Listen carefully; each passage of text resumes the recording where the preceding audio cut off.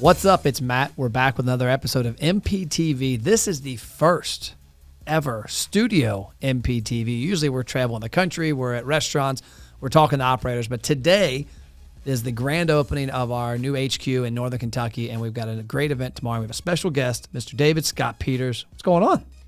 You know, I'm in beautiful Kentucky. How could life be any better? Sitting in your space, being the first one interviewed in this beautiful studio. It's a good day. Thank you. I appreciate you being here. So tell the audience about David Scott Peters. So I'm basically a restaurant coach. I grew up my family's restaurant and catering business, worked for the toughest manager I know, which is my mother. If you ever worked for your mom, you know It sucks. But I fired my mom 3 times. It told me that story, right.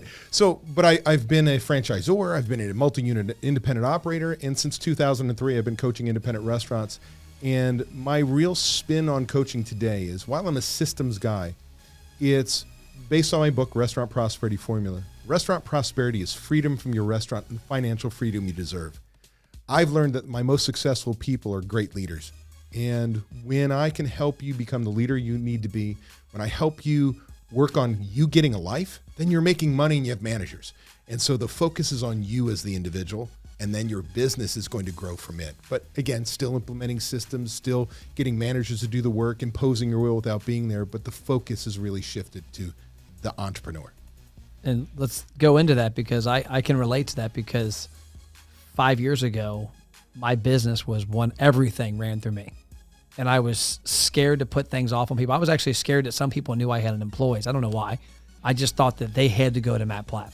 Now, 2021, 99.9% of what the deliverables that we do for restaurants across the country doesn't touch Matt Platt. I have nothing to do with it. And it's amazing, because like, we've got this event tomorrow, and I've got a handful of local operators who need to be here. You know why they're not here? Too busy. Too busy. Busser didn't show up. Host didn't show up. Cashier didn't show up. Yep. Yeah, I talked to one of them tonight. I texted him. He's a good friend of mine. He's got 9 restaurants locally. He's an awesome dude. And I said, man, you need to figure out how to get here. But that's the problem a lot of people have. I had is that they're the number one employee of the company on a day-to-day. They're not actively managing the business. They're managing themselves. Yeah, so there's the balance. Like, we're talking right now in probably the biggest crisis in the restaurant business I've ever seen. And it wasn't the pandemic, it's the labor shortage. So a lot of owners who had gotten themselves out of the working in the business and working on it are back in because there's just not people. But many, if not majority, think they've got to be the superhero. If anybody can do it, it's just me. And they rip open the shirt and there's an S. And so if you're the only one that can do things, then you are a prisoner to your business. That's not why we were entrepreneurs. We want to have time. We want to have freedom. We want to have money. But instead, you become an hourly employee for all intents and purposes. And when you can learn that all the things that you do are tasks, they're freaking tasks. Putting information into a spreadsheet, putting information into software, ordering product. It's a system, a process, a way to doing anything. When you can make those tasks something you can train others, then you get to be the role of owner. And that's working on budgets, marketing, building your team, growing your company, holding your management team accountable, being the leader your restaurant needs. Not the best line cook you have, the best server, busser, food runner at the same time you have, not the only person going to write a schedule. You've got to realize these are tasks. And if you're not able to train people, then you got to work on your training systems and who you are as a leader. And it's funny you bring that up, because I was just outside. We've got our America's Best Restaurants van out there. We've got it open. It's playing episodes. And this lady who's done some freelance work for us in the past, who's friends of one of our employees, said, did you guys just blow up overnight, or was this something you've been working on? And I said, well, something we've been working on a while. I said, but what freed us to do it was the fact that I wasn't tied down into the business. Matt Platt wasn't sending the emails, the text, the Facebook ads, wasn't tweaking, wasn't optimizing, wasn't analyzing.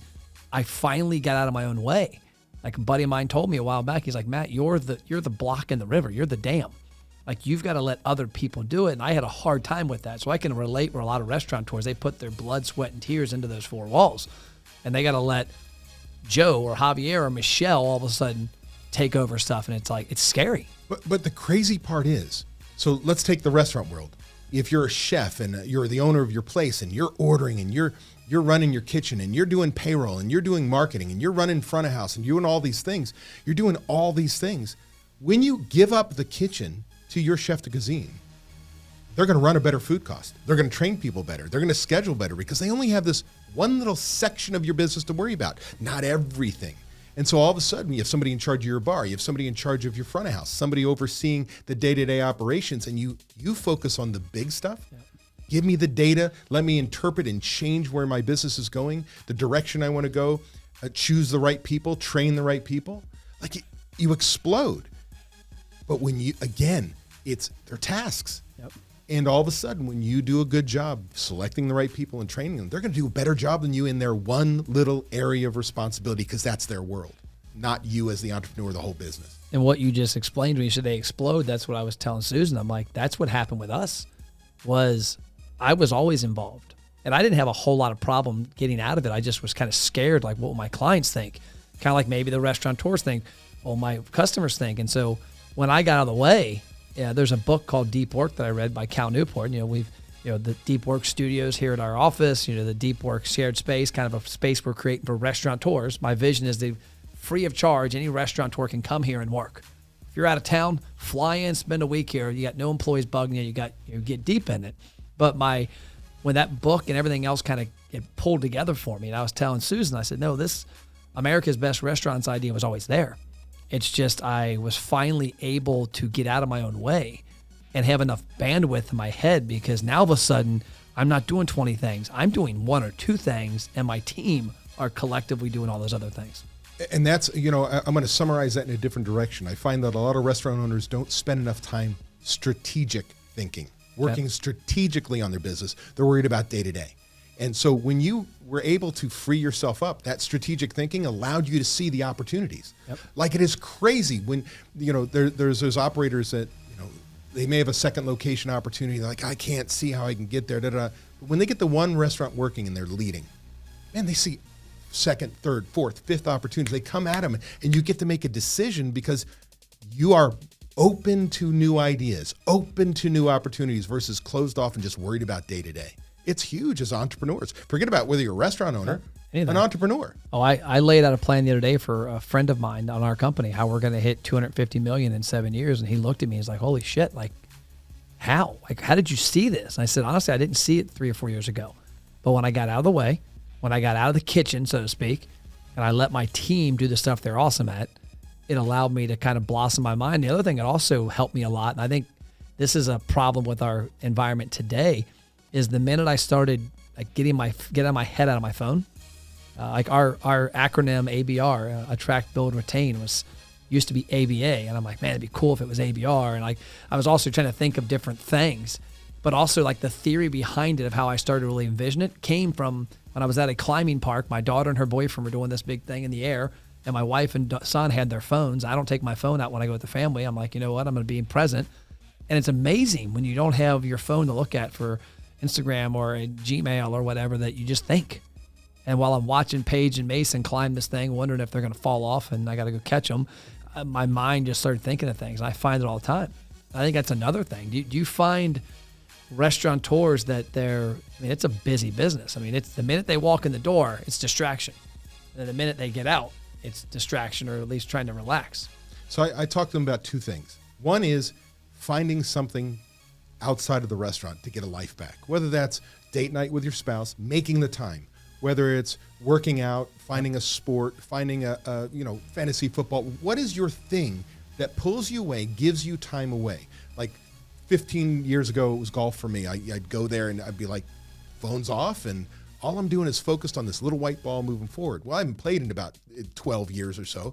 Now it's rowing for me, right? It gets me, I can't have my phone in my hand and so on. So for owners, is what is it that gives you that spark, some joy in your life? The other is when you're in the business and we truly get managers working for you, you have the right to create barriers. I'm in the office. There's a manager on duty. Any questions? Go see the MOD. I'm in the office. Do not interrupt me. Hey, I see you in the office, but could you just comp something? Oh, and you get up. No. Go find the MOD. I'm working in space. Put a sign up. It's okay to say, I'm not available. And that's difficult for it. But when you can create those boundaries, reasonable boundaries, you can get things done. It's amazing because you're stopping the open door policy that's abused. Yes, I have an open door policy. I'll talk to you anytime we need to. We can set up a time when it's appropriate. But right now, I got shit to do as a leader in this business, and I need to be focused. And the part I've always struggled with personally with that is you feel like you have to respond to everybody. You get a text message, you get a phone call, you get an email. My wife was cracking up the other day. She didn't understand what I meant. I said, I don't have any notifications on my phone anymore. She goes, what do you mean? I'm like, text me. She texts me, and my phone doesn't do anything. And I unlock the screen. There's nothing there. How'd you do that? I'm like, I turned it off. And I've got emergency on that if you call me or my dad calls me, there's like 5 people. If they call me, my mom, dad, my kids, and you. If they call me, I hear it. Everything else is turned off. I said, because to me, like I'm not in a restaurant. I come to my office, my employees don't bug me. They've got their own thing. They're all pretty good about that. But I know restaurants, it's a different world. But that's the problem. When I read the book Deep Work, that really hit home with me was we all think we can multitask. We all think we can think on how to build this business and get this location doing it and get number 2, number 3. But when every 10 minutes you're interrupted by a text or a phone call or a knock on the door, you start over and you lose momentum. And some of my most important work I've done the last 6 months to a year when I've realized this is when I have 2, 3, 4 hours of nothing. So I learned that lesson differently. I'm not as committed as you. Like my cell phone still alerts me, but it's on my desk instead of in my back pocket. But what I did do is I had to drop my Apple Watch. Yes, yeah. You could turn off notifications, but you're always looking. And all I kept doing was looking. I'd be on a Zoom call. I'd be looking at my watch because it'd vibrate. And all of a sudden it looks rude because people think, are you checking the freaking time? Yeah. Am I boring you? Yeah. Right? And so I dropped the freaking watch. It's a great thing to have if you want to work out and you want to track, but I don't want that thing on my wrist for that exact reason. But I'm not as good as you. It's still, when I'm traveling, it's in my back pocket. That thing vibrates. Every now and then I go, oh, I got to go look. My goal, and I need to commit to this.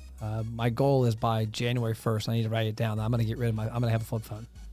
Even though I'm a expert in the digital world and I'm a believer in it, I also am a believer in me, and I know I can do big things. But I can only do big things when it's me working on what I'm doing. And it's kind of comical you mentioned the Apple phone watch. My wife got me one. They came out for Christmas. And so she gets it for me. It's even more comical is I don't wear jewelry. I have my wedding ring. That's all I have. I have class rings, all that stuff. I don't wear them. And I told her, I said, hey, I hate to tell you this, but I'm going to take it back tomorrow and get an iPad or something. She's like, why? And I said, well, I've got a computer on my desk. I probably have an iPad near me. I've got my phone.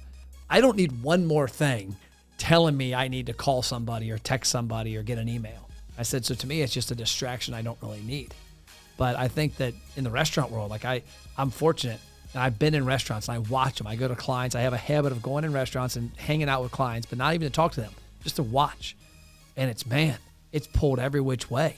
And I think part of that is maybe a habit you've trained your employees that you're the go-to person when you really shouldn't be the go-to person for everything. No, you're absolutely right. When you are frustrated, like somebody's going to fly here and be at your event, and they're always on their phone, and somebody text message, where's the plunger? And you're like, are you effing, you don't know where the plunger is? Well, the reason why they don't know where the plunger is because you answer every text. Yep. I don't have to think. You train your employees, they don't have to think on their own. You'll fix everything. So you're going to get the dumbass texts all day long. And when you can learn to say, teach people and say, don't bother me unless the ceiling's, going to collapse. You deal with it. We'll figure it out together afterwards. Teaching them to make decisions on their own versus you fix everything. So a lot of those things that happen, the owner created that. And you just got to realize that when you're the owner. You think you got to do everything, so you do it, and you enable your employees to do nothing at all levels, from line employees to management. That's why a lot of owners think managers don't work. Well, because you're thinking for them. Yep. It's crazy. So let's switch to the other side of prosperity, the profit part of it. And this is something you've brought up before, and it cracks me up. I think you actually asked the question to me one time because you knew my background in the boat business. And, when we bought a boat, we bought it from Triton Bass Boats, and it came in for $20,000. We knew it cost us, $3,000 to get it rigged and ready, and we knew we had different packs in there, and we would take that number, and we would mark it up 1.335, and we knew that we could go 22% off of that and still make healthy margins. I'm always amazed when I hear some of the stories, friends of mine, clients of mine, I've heard examples online, I heard you talk about it, is that it seems like that's a lost art form in the restaurant world. It's like a $10 burger might not necessarily have the markup because it's just, it's a $10 burger. Yeah, so the biggest thing is people say, often say, I don't know why I'm not making money. Well, it starts with two most important systems any restaurant should have are budgets and recipe costing cards. And Matt, we talk about it. What are the two systems most independent restaurants never have? Budgets and recipe cards. They're so hard. Boo frickin' who? You pick the toughest business I know to be in. You've got, as a leader, got to make sure this shit happens. Well, we talk about recipes and costing. Like, you knew what the boat cost. You know what the upgrades were. You knew where you needed to be in margin. How many restaurants put up a special, put it in the window and stare at it and go, how much should we charge? And they go, right out of the rear end, $17.95. Who said? Because the chef said, I generally know what the protein costs. I generally know what the starch costs. I generally know. Well, then you generally ain't making money. We're an industry of pennies, not dollars. And so we've got to take the time, because think of any other industry, retail, that looks at something and says, I guess, I wonder what we should charge. Right? If you go buy tires, you see a stack of tires and they've got this price. Do we think the manager woke up in the morning and said, oh, I'm going to walk in the office, get a cup of coffee, look at the stack of tires and go, I should charge $150. No, they know what the tire costs them, what he or she needs to sell the tire to make money. And understanding the mix, the low end thing that where you're making small margin, but if I sell these, I make a bigger margin in the sales mix. There's nothing different. But as operators, we think it's too hard. We don't need to. We generally know. But again, if you're generally know, you generally ain't making money, especially today. Because today, sure, we have the labor shortage we're dealing with, but with that is there's product shortage. We have wings gone up 100% since January. We've got briskets gone 300%. You're lucky if you get your order, all of it. You're lucky if you have a driver. Like, there are now broadline distributors are going, we can't get to you anymore. We don't have the employees and so on. And so all of a sudden you've got all these changes in the industry. Your prices can go like this. Now I need to have software that it's built, and when I upload an invoice, it's magically together that I can run an analysis on a weekly basis, know my costs, know my profitability, know where my prime cost is, what I need to do with labor. You've got to embrace the numbers now. Now, that's not an overnight change. You got to implement your system, your process, your way. You got to train people. You've got to make sure managers are doing the work, not you, which means your role changes from being the man or woman who does everything to the leader. And I'm going to tell you right now, if you were to ask me what's the number one reason why restaurants fail, it's lack of leadership. It is not the money. It is not the people. It's not the government. It's not, all these other things. You've got to look internally. You're the problem in your business, but you're also the solution, which is the magical part. You can change if you choose to. You just got to start that journey. Okay, break time. Restaurant owners, you're watching MPTV, so you're obviously interested in increasing your sales and profits. But what if I told you you could eliminate the hope and pray out of your marketing? You could spend money and actually see results. Most marketing starts with attention, like a billboard. The problem is that attention leads nowhere. That's why we created the ROI Engine Restaurant Program. We take attention and gain huge engagement, whether it's in-store or online. We help you build a database with deep customer information that's comprised of email, cell phone, and birthday. And then we drive them into the restaurant with trackable results. Yes, results you can actually see. If you're interested and want to have a conversation, check out restaurantmarketingthatworks.com. Worst case scenario, you get a lot of great ideas. Now back to the show. Let me ask you a question. Everybody says around here, when people come to Cincinnati where they know where we're from, they say, Matt, are you a fan of this team? What team do you think it is? NFL team. Oh, Bengals. Bengals. What do you think of the Bengals? They're traditionally pretty damn bad, right? I don't follow football as much as I used to, but you have one of the most incredible quarterbacks that never produces. Yeah. So every year the Bengals are terrible, and I'll never forget because I worked for the Bengals for a little bit. And I got to see behind the scenes, and with the Bengals radio networks, I got to see a lot of behind the scenes. The problem isn't what's on the field; it's the leadership. It's the owner, 100%. I'll never forget one of the examples that came up. It was brought up because like 2 or 3 years in a row, the first series of the year, the Bengals would have a holding or offsides. Like the first series, you practiced all year. In the first play of the game, you got an offsides. Like, oh my gosh, the players, the coach, like, no, it starts at the top, and it trickles down. It's the same as a restaurant, But one thing you brought up that kind of kicked in my mind too is it starts with leadership, and the restaurant business. Everybody says, oh, it's a X% margin business. And I think a lot of times it's what you make it. Right. Is that you don't have to be the cheaper than the guy on the street. You don't have to be the most expensive, but you have to base on where you see success and kind of work backwards. So it brings me to an idea. Because I was at a restaurant the other day down the street, Barleycorns, and it's my favorite wing joint, and they had market price on their wings. And I'm like, I got no problem with it. You know, I love your wings. I'm not going anywhere else to get them. Eat them all day long. So I had no issue with that. But it got me thinking. A friend of mine, Josh Copel, posted on the internet the other day on Facebook, on the interwebs, asking if restaurants are going back to menus. Said, hey, are you going back to sticky menus on your table that cost money, that have permanent prices, or are you going to go with digital menus where your QR code from the table, people are accustomed to it now? And it got me thinking when you said that and when he said that, I'm like, wow, I'm sure there's out there, but what about a software, or what about the ability that you're an operator and your invoices come in and your prices on your menu on a weekly basis adjust based on your overhead? And now all of a sudden your wings aren't $7.99. They might be $8.23 this week, $8.15 next week. I mean, consumers, if they love the product and they love you and it's an environment they want to be in, I'm not going there because I don't know that, oh my God, my burger's going to cost 7 cents more next week. Right. There would be interesting software, and you'd have to have a budget, which starts us off at the beginning with most restaurants don't, because there's menu mix and all this numbers behind all that. But there's a great book, John DeJulius, customer service expert, called Secret Service. Okay. So this is a guy who has hair salons, $150 haircuts, kind of like the ones I get. Dun-dun-dunch. Those, right? So we have that button, I think. Yeah. No, that rim shot. We have a rim shot.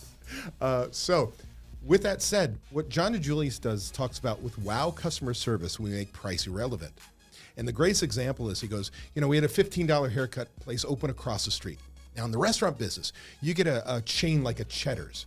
Depending on where you are in the country, you may or may not know, it's a cheaper Applebee's, for Christ's sake. And they do huge volumes, and they're just rot gut prices, just deep discounted prices. But they do so many people, it's like the Taco Bell mentality. And a lot of restaurants go, oh man, I've got to lower my prices. Bullshit. Do you know what John DeJulius did when he had a $15 haircut? Place across the street, he put a banner up that says, we fix $15 haircuts.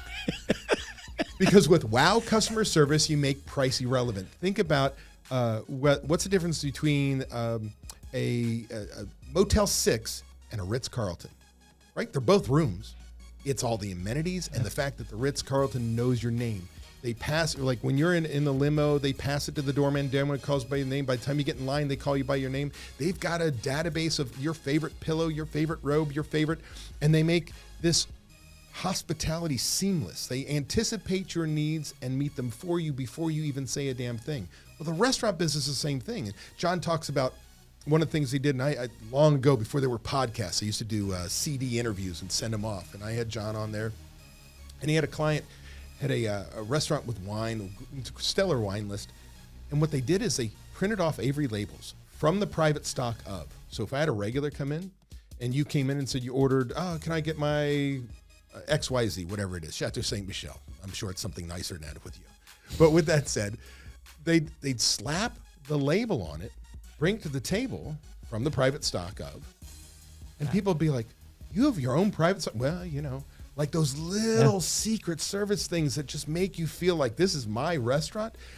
Now it doesn't matter. Because if I go to, say, an Applebee's and you order asparagus, they cook the shit out of it, it tastes bitter, it does weird things in my body I don't want to talk about, and I complain, you comp the meal, it's too much money. I go to a Ruth Chris Steakhouse, give me 5 spears of asparagus, a little drizzle, they make it magical, and I eat it. It costs the same as far as their product cost, but you pay $25 for 5 freaking spears, and you're like, this is the best meal of my life. Well, it's everything else that goes on around it.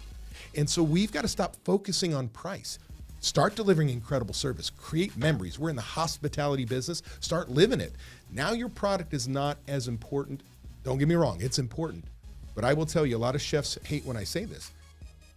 But your food is not what's going to drive people in. It's service. Yep. Because I've got a favorite or a semi-favorite restaurant we will only go to 3 times a year max. Because we get in the car and we go, you ready for bad service? Like, we know it's going to be bad. And we love what they do. But we won't go because it's so bad, just so bad every single time.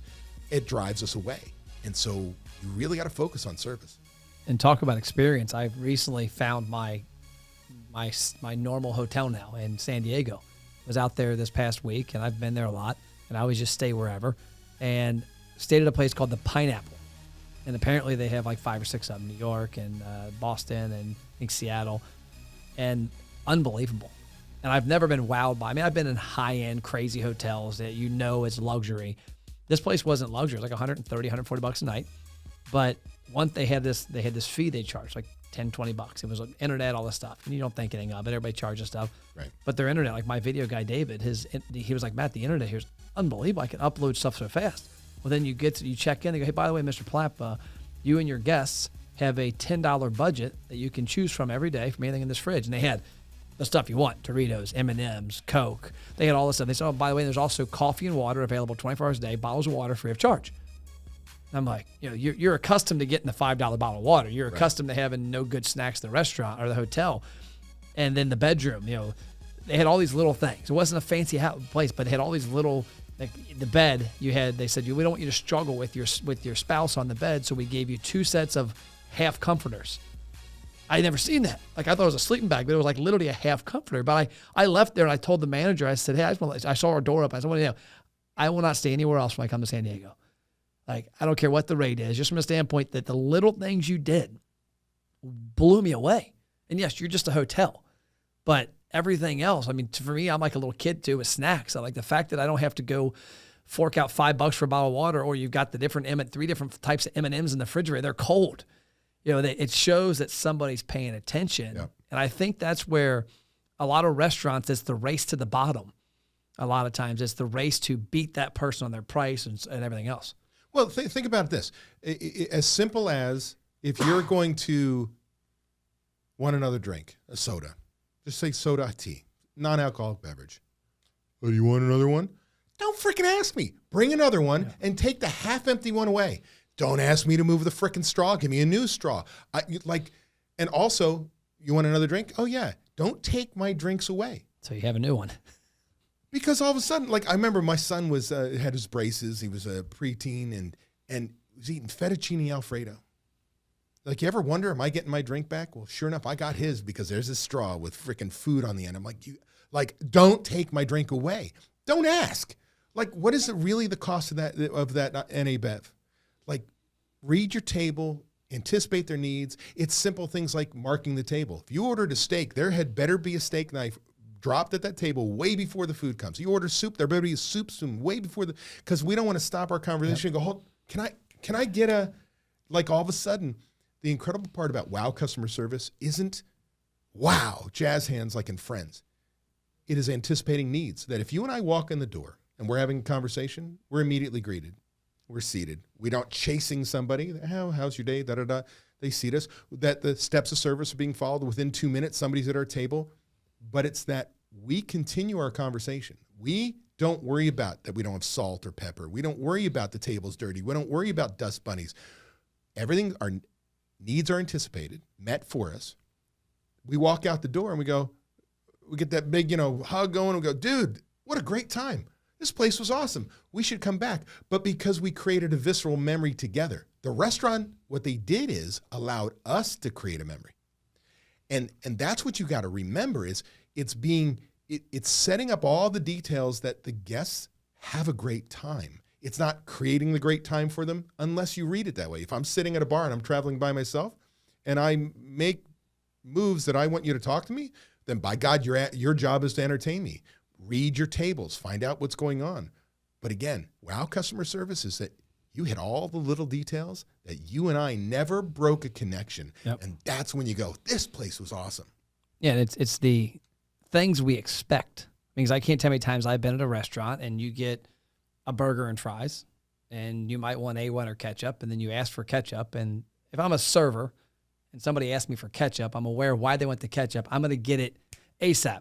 Not like 5 minutes later. But why wouldn't it have been on the table in the first place? Yeah. That's the part, marking the table, anticipating the needs.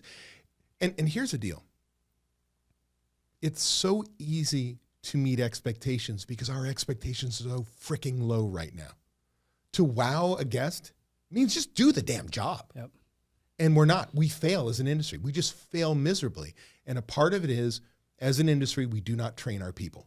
You have to train people. You have to continually train people. You've got to have pre-services, which are a daily training. Like you are training. And then the second part is, I ask people why I have managers. It's to ensure the process is working. So instead of the manager seeing a server doing a bad job going, damn it, and not talking to them? Well, when it's appropriate, if it's in the rush, you don't talk to them then. Afterwards, you do. But if it's not, you say, hey, that's not how we agree to table. This is my expectations. You train. You should never have an employee get to an evaluation, be surprised they got a shitty evaluation. Because you tell them how they're doing every single day. And when we can change our culture that training people, holding them accountable is not a negative, like you're going to explode your sales. Because as guests, like that hotel, when you know I come here and get the same food every time, I get the same service every time, it's clean, it's all the things I expect, man, you will come back over and over and over again. And that's what you're ultimately trying to do, right? Get that person, get them in your database, and get them to come back more often, because you're going to grow much faster than always just trying to grow with new people. That's what I tell clients all the time. We're in the marketing world. I said, hey, we can do all we can to get somebody there, but if your food sucks, if your restaurant sucks, if the service sucks, don't pay us to bring people there. Fix all that and bring them when you got your stuff together. Well, you can go out of business faster. Yeah. Like you suck, and you put out a huge campaign, and let's bring them, hey, tell everybody we suck. Now they're in Yelp, and they're in, TripAdvisor, and they suck. They really suck, and nobody shows up. I wonder what happened. Wasn't the marketing's fault. It was your execution. Chicken egg, right? Bottom line, run a great restaurant first. Yep. Restaurant owners, did you know Matt has free online marketing courses that teach you how to successfully market your restaurant? Email support@mattplapp.com to get access to the courses and a free social media content calendar. So last question I always ask the podcast, and I know the answer to yours, but I'll ask it anyways. God, I hope I answer it right now. So airplane mode. You got your phone, you turn your phone on airplane mode, nobody bugs you. What does David Scott Peters do to turn yourself on airplane mode to get your mind right, get your body right, and just stay healthy? So for me, the two things, if we were to say, if I was truly on an airplane, it's music, and it's just something to take my mind and be able to travel, if you will. Otherwise, it's rowing. It's getting my ass on the river, and it's late for me in the sense that I was a high school rower, a scholarship athlete in college, D1, and then 35 years went by. I hadn't rowed a single stroke. And I got this thing called an oar board, which is kind of sculling unit on top of a stand-up paddleboard. And within 10 months later, 8 months later, I've now joined a club, and I'm going to be competing in San Diego. And I can't tell you the joy. Like, not only am I getting back into shape, but there's something about being on water, right? It's fine. It's what I tell people. You got to find that thing that brings you joy. There's something you've done in the past that you've forgotten about that you got to get back in. And boy, my body hurts, my lungs, I'm sucking eggs, but I haven't been this happy in a long time, because I'm finally doing the thing that is work is off, because all I can focus on is what I'm doing mechanically, breathing, all these things. It just shuts everything off. And I asked that question because I think a lot of us, and I've realized this later in life, I'm 45, and I realized in my late 30s, the value of doing what's right for you, that we are, in essence, our number one employee, that if we're not happy and paid, the business doesn't survive. And I always hear the BS answer, and I probably gave it my 30s, like, oh, I love what I do. I don't need anything else. And it's like, no, you might have that at some point. But when you get to another point in your life, you've got to have things. Like, I love going to watch my son play football. I love watching my daughter cheer. I love going to the gym. There's certain things I do to unplug. And I think that you've got to have that mental health, because too many people in this country, the U.S., you work your butt off to pay for bills just to keep working your butt off. Yep. And at some point, you've got to step back and enjoy the fruits of the labor. Amen. It's you got to bring joy to your life. No, life doesn't bring you joy. You've got to go make the joy happen. And you make the time, you find the things that interest you, you make the friends, you make the time, you make joy. Yep. And that is a tough lesson for restaurant owners, any entrepreneur, but restaurant owners especially, because you get sucked into day to day. Man, you're going to be a better owner if you make time for joy. Yep.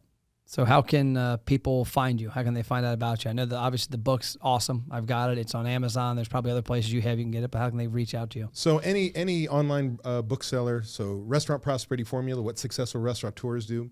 You can check out my website, davidscottpeters.com. Or if you want to go down the rabbit hole of information, go to my YouTube channel, David Scott Peters. I put up podcasts. Podcasts is Restaurant Prosperity Formula, found all the popular podcasting services, but you can watch the video, the replay, and I put out weekly tips for for years. In fact, I've been doing this so long that my old company that I sold, I compete with myself. There's 5 years worth of weekly tips out there between the two companies. So you can learn and gather information and learn more about what I do and find out if, quite honestly, I'm the message that resonates with you. I'm not everybody's fit. I'll tell you that much. Cool. Well, I appreciate your time today. Thank you, my friend. I appreciate Thanks, you. That's all we've got. MPTV. We'll see you next time. Maybe in the studio, maybe on the road. Who knows?